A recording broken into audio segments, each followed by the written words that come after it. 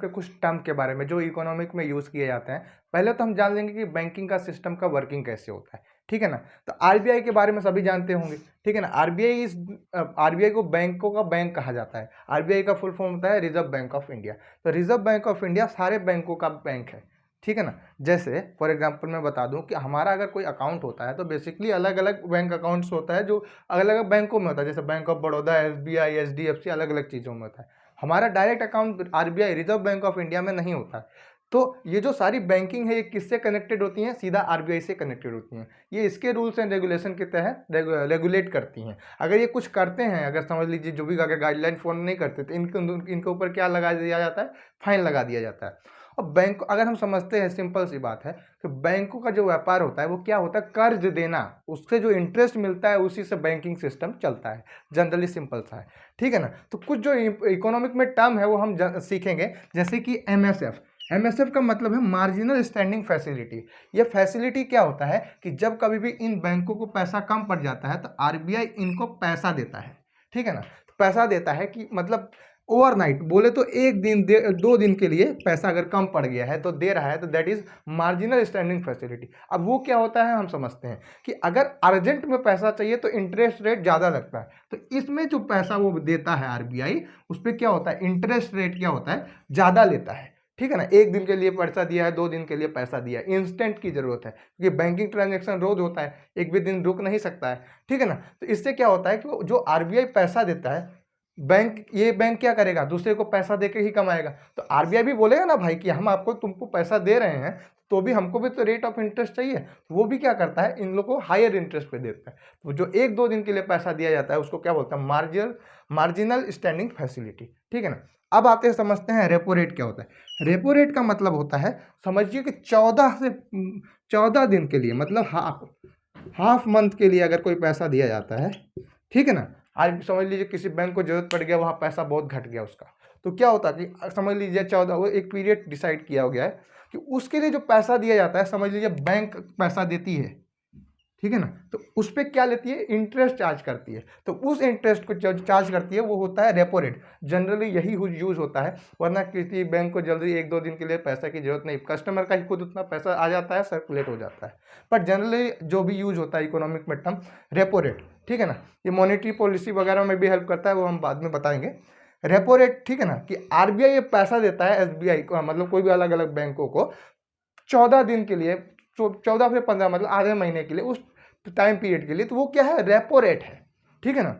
और अब आते हैं reverse repo rate. Reverse repo rate का मतलब क्या है कि समझ लीजिए कि अभी हमारे पास पैसा, बैंकों का काम क्या है कि पैसे से ब्याज बढ़ाना, ठीक है ना। ब्याज बढ़ेगा तो उसी से तो उसको रिटर्न आता है। समझ लीजिए किसी बैंक के पास ज़्यादा पैसा हो गया, तो आरबीआई को बोलेगा कि अभी हम कहीं नहीं दे पा रहे हैं, आप लीजिएगा। तो समझ लीजिए कोई एचडीएफसी वाला आरबीआई को दे दिया, लीजिए पैसा, तो बोलेंगे कि आप पैसा दिए हैं तो इंटरेस्ट तो दीजिएगा। तो ये जो रेपो रेट है और रिवर्स रेपो रेट, ये डिसाइड कौन करता है? आरबीआई।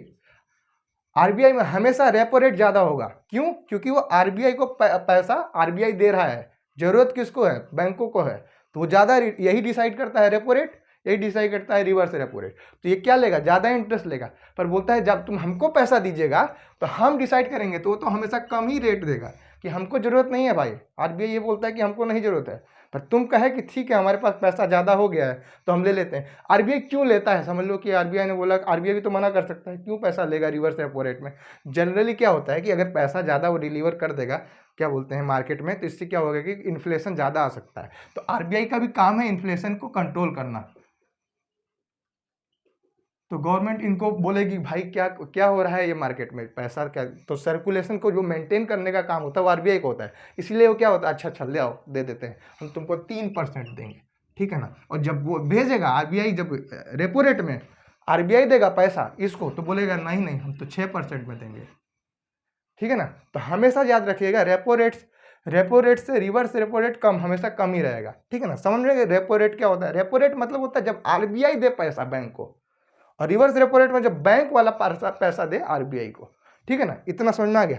अब आते हैं पीएलआर और बैंक रेट। देखिए, बैंक में 2 टाइप के कस्टमर होते हैं। एक होता है फेवरेट कस्टमर की हमेशा करोड़ों का ट्रांजैक्शन करता हो, लेन देन हो, उसका चेक आम ताम सब काम हो। एक होता है नॉर्मल कस्टमर, हो रहा है, उसका ट्रांजेक्शन वगैरह नहीं हो रहा है। तो PLR समझ लो, कोई हम लोन लेने गए हैं, समझ लीजिए हम उसके एक फेवरेट कस्टमर हैं, तो हम लोन लेने जाएंगे, हमारा लाखों का कारोबार उसके पास होता है, तो हमको बैंक रेट पे लोन देगा। किस पे देगा? फेवरेट कस्टमर है उनको। तो समझ लीजिए अगर लोन का इंटरेस्ट रेट समझ लीजिए 10% चल रहा है, तो हमको बोलेंगे ले लीजिए सर ले लीजिए, 8% पे हम आपको दे देंगे, क्योंकि उनको पता है कि हम फेवरेट कस्टमर है, उसको सारा लेन देन हमारा जो भी ट्रांजेक्शन है वो हमारे उसका रिकॉर्ड उसके पास पहले से ही पड़ा हुआ है। और PLR मतलब प्राइमरी रेट है, जिसपे वो सबको देता है, उस पर देगा नहीं, यहाँ पे तो 10% पे ही देगा सबको। जहाँ रिस्क ज़्यादा होता है वहाँ परसेंटेज भी ज़्यादा लगता है ना, ठीक है ना। तो यहाँ समझ लीजिए अगर हम उसके फेवरेट हैं तो हमको दे देगा 8% पे, ले लीजिए आप 8% पे ले लीजिए।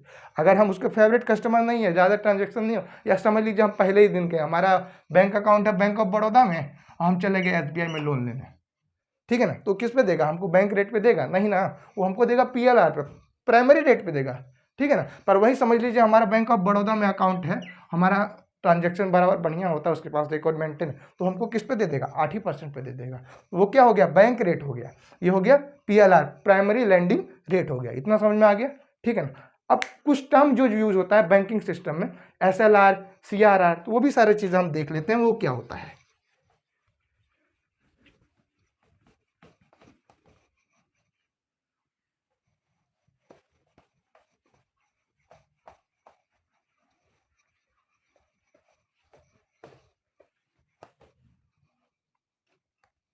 दो टर्म सुने होंगे, SLR और CRR। ये क्या होता है बेसिकली हम जान लेते हैं। इसका मतलब होता है स्टैट्यूटरी लिक्विड रेशियो।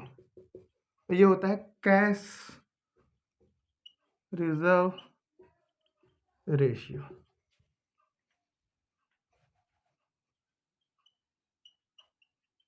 ठीक है ना। दो सम होता है SLR और CRR। हम समझते हैं बेसिकली सिंपल तरीका में SLR और CRR क्या होता है। SLR का मतलब है स्टैट्यूटरी लिक्विड रेशियो, ठीक है ना, और कैश CRR का मतलब है कैश रिजर्व रेशियो। अब इन दोनों में डिफरेंस क्या है? जब कोई बैंक खोलता है ना बैंक, तो RBI क्या कहती है? तुम तो कस्टमर का पैसा ले लेगा, उसके बाद समझ लो बैंक अगर बैंक करप्ट हो गया तो क्या करेगा? हम कहाँ से उसको मतलब उसका जवाबदारी में क्या होगा? ये तो रेगुलेट होता है किसके एक्ट से? RBI के एक्ट से, ठीक है ना। अगर कोई बैंक समझ लो ये S बैंक है, अभी हाल ही में S बैंक डूबने से बचा था, ठीक है ना। S बैंक है, समझ लो एक कंगाली के तरीके पे आ गया, कस्टमर का तो पैसा इसमें जमा है, ठीक है ना। अब वो क्या करेगा? तो दो टर्म बनाया है जो SLR और CRR। कैश रिजर्व रेशियो क्या हो गया कि आपको कुछ परसेंट RBI के पास, समझ लीजिए यहाँ पे आपका पैसा आ गया, जमा करवाने आप समझ लीजिए 1,00,000 रुपया जमा करवाए हैं, ठीक है ना। उसमें से 18% क्या होगा? RBI बोलेगा हमारे पास CRR, सिक्योरिटी डिपॉजिट जमा करा दीजिए। अब ये अगर 18% यहाँ चला गया, ये तो कोई काम का तो रहा नहीं। यही पैसा तो जो कस्टमर का ले लेके लोन देगा, लोन से ही तो वो पैसा कमाएगा। समझ लिया हम कस्टमर का डिपॉजिट रखें, कस्टमर अगर हम डिपॉजिट सेविंग अकाउंट का डिपॉजिट कराते हैं तो समझ लीजिए 6 से 7% दे रहा है। अगर हम लोन लेने गए तो हमको 10% दे रहा है, ठीक है ना। ये जो 4% का डिफरेंस है वही तो कमा रहा है बैंक हुआ, समझ रहे हैं। ये कितना है? ये हमारा सेविंग अकाउंट पे दे रहा है, ठीक है ना। ये हमको क्या ले रहा है? लोन पे दे रहा है। ये हमको सेविंग अकाउंट पे दे रहा है कि 6% हम देंगे, आप अपना पैसा हमारे पास जमा रखिए, हम आपको साल का 6% देंगे। अगर लोन लेने जाएंगे तो बोलेगा नहीं हम 10% पे आपका लोन देंगे। तो वही तो जो डिफरेंस है वही तो उसका इनकम है। अब उसी में से आप पैसा ले लीजिएगा सिक्योरिटी डिपॉजिट के लिए। 18% RBI बोलेगा लाओ हमको 18, जितना डिपॉजिट लाए उसमें से 18% हमारे पास जमा कर दो, लाओ। तो उसका तो पैसा चला गया 1,00,000 में से, वही तो उसी में से तो कमाई थी उसकी, ठीक है ना।